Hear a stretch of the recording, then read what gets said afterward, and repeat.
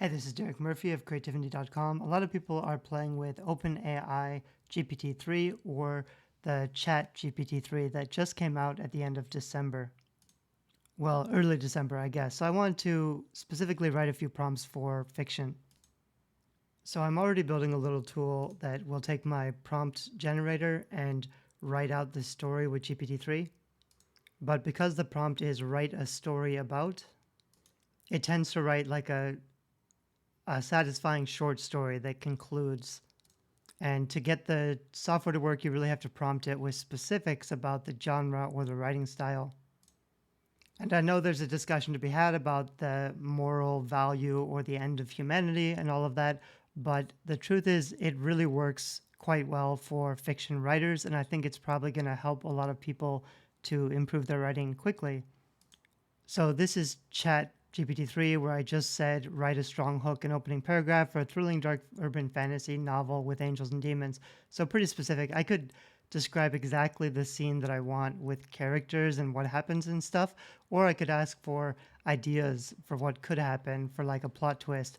But with ChatGPT, it not only gives me the paragraph, it also tells me why this is a good paragraph and some extra information. It's pretty similar to the playground where it'll just tell me the thing that I want without all the extra explanation. Between these two, I'm not sure which one I like better. They're both pretty good, but this one actually introduces a character name and focuses more on the person. With the playground, I would kind of have to just start again and edit this. So I could say in first person, and I could say something like in the style of Jim Butcher. So to play around with styles, I think that's fine. I do think there's some kind of a problem with using specific author names, even if it's allowed and even if it's not really pulling just from Jim Butcher. It's probably just doing. If you say urban fantasy, it's going to pull from all the urban fantasy novels. This might give you a clearer style. And even if you don't use Jim Butcher, it's also true that all of this works because it's borrowed from all of the books in the history of existence. If you really want to be careful, you could use the name of a dead writer or an older writer, but then you wouldn't get the modern style. So I'm just going to test this. I'm not actually a huge reader of Jim Butcher, but this does give me a much more dramatic, more specific opener. In GPT-3, after just hitting the try again button, this time I said, here's a possible hook and opening paragraph. This took it literally. They wrote me the hook up here, which is pretty good, and a very succinct description of a potential plot conflict. And then it also gave me a really strong opening paragraph. So I tried out my other prompt with the style of Jim Butcher, and it gave me a hook again, which is really good, and another opening paragraph. So even just for brainstorming, maybe I have a general idea of a story I want to write, but I'm not really sure, what's going to be involved.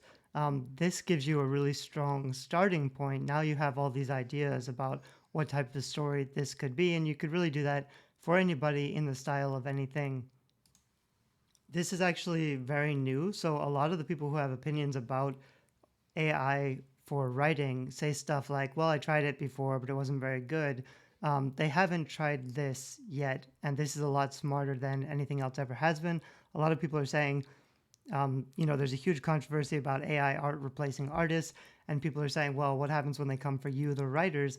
And a lot of my author friends say it's not going to be a problem for several more years.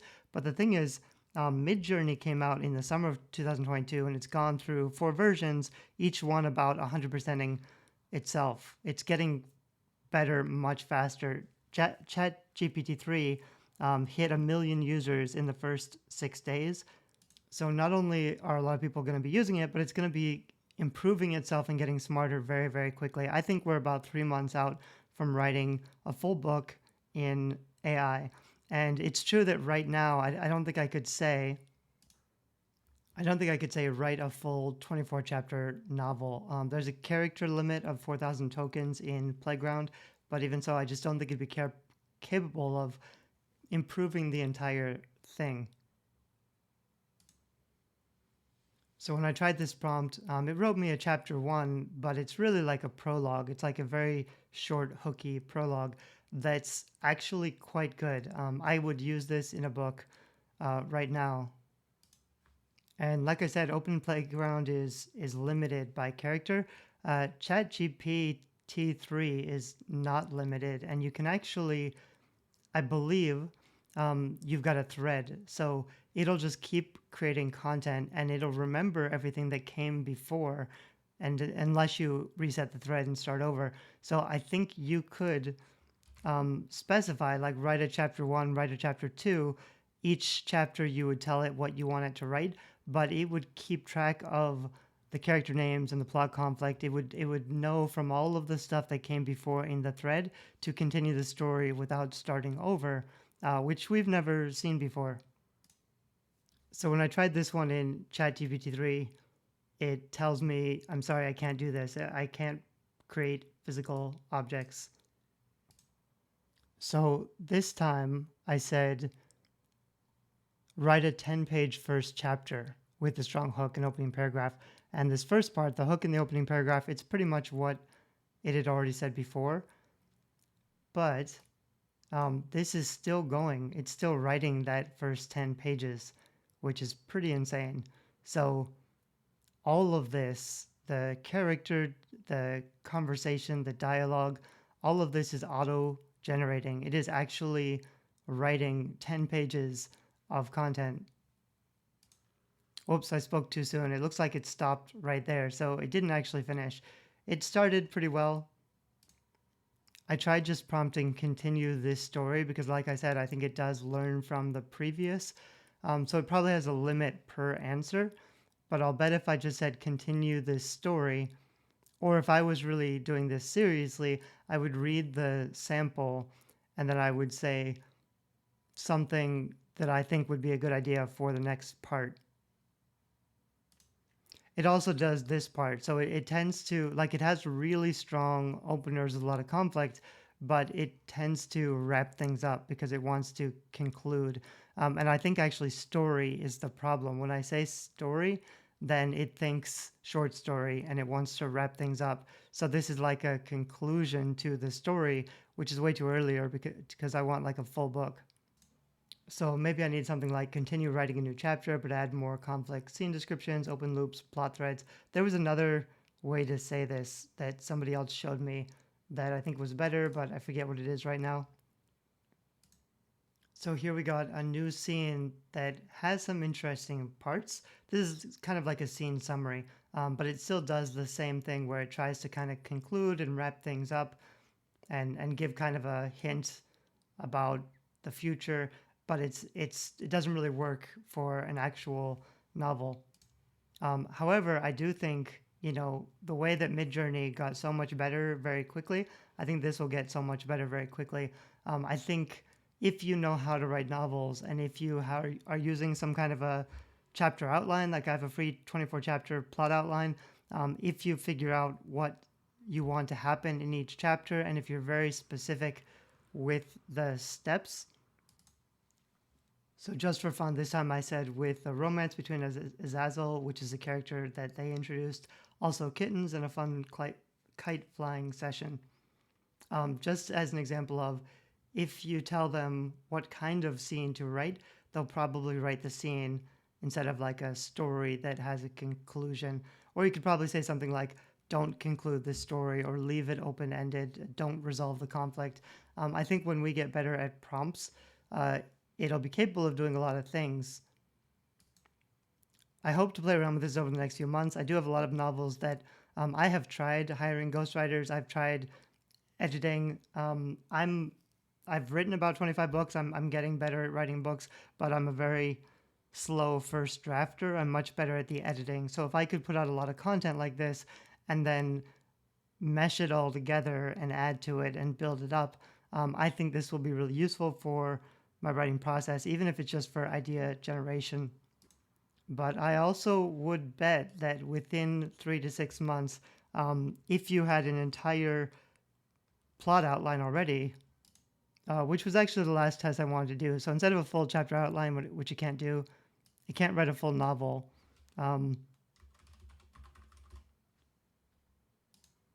Okay, so this one's pretty crazy and would be really hard to actually pull off.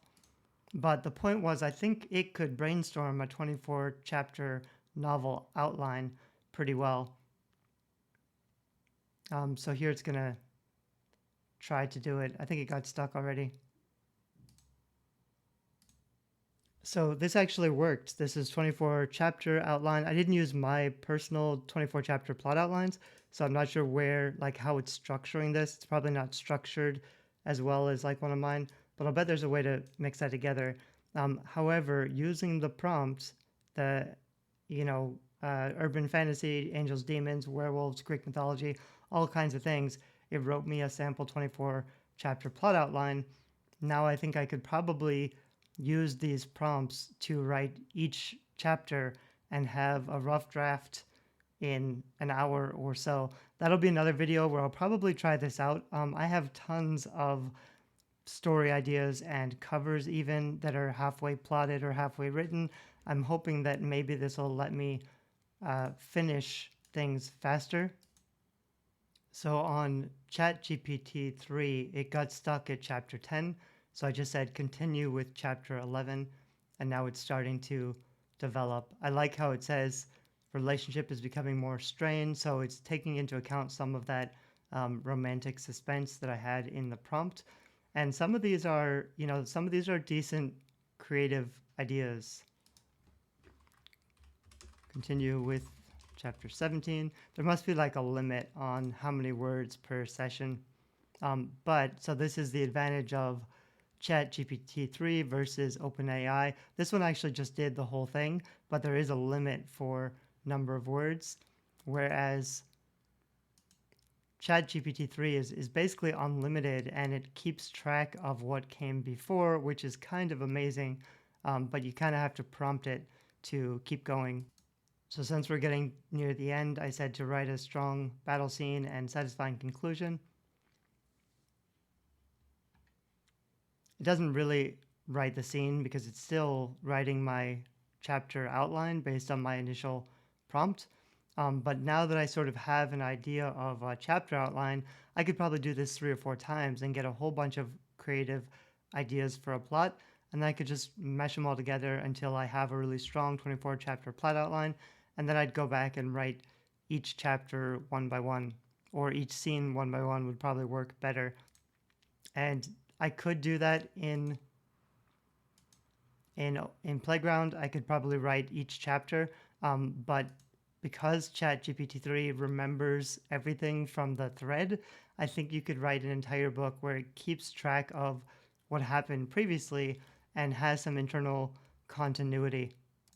So this is already software that exists right now. I'm trying to build a few easy front-facing tools so that you can play around with stuff, but I imagine next year, I hope maybe I or somebody else will have a writing software like Scrivener or something where you could just embed Chat API. This is like beta testing right now, so it's not like a full open program, but developers will be able to develop on this pretty soon, I think. So imagine having like Scrivener, but you can have it not only brainstorm content, but also write content.